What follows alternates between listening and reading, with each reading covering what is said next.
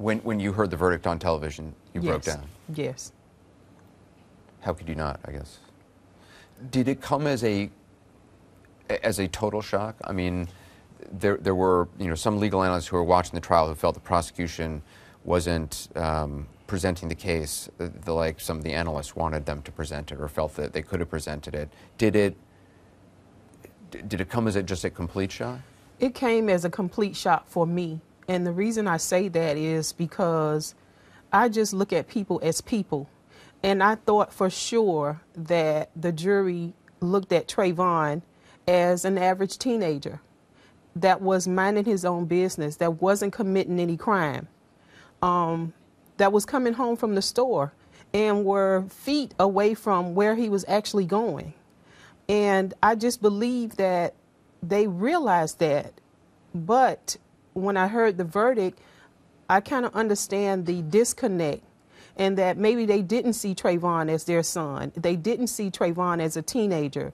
They didn't see Trayvon as just a human being that was minding his own business. When it was 6 women selected, most of them, I think nearly all of them, mothers, you felt the fact that they are mothers, they might understand some of your pain. They might understand what it's like to have a son. Is that what you're saying? Well, I just looked at them as people. I'm not particularly saying that because they were mothers, I assumed that they would say that he was guilty. But I just thought the human side of them, the human side of them would say, listen, this was a kid. This guy made a mistake.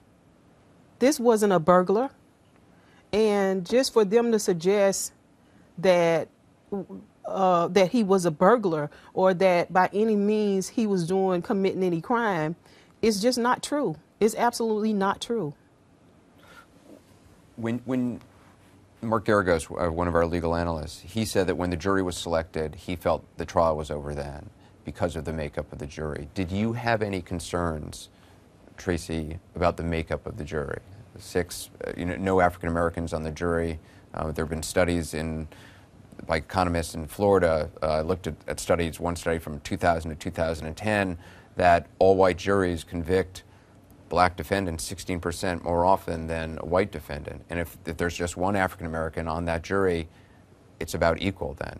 That discrepancy goes down. Did you have any concerns along those lines? I didn't have any concerns about it because we thought that there was enough evidence there, no matter who was on that jury, to convict him of second-degree murder.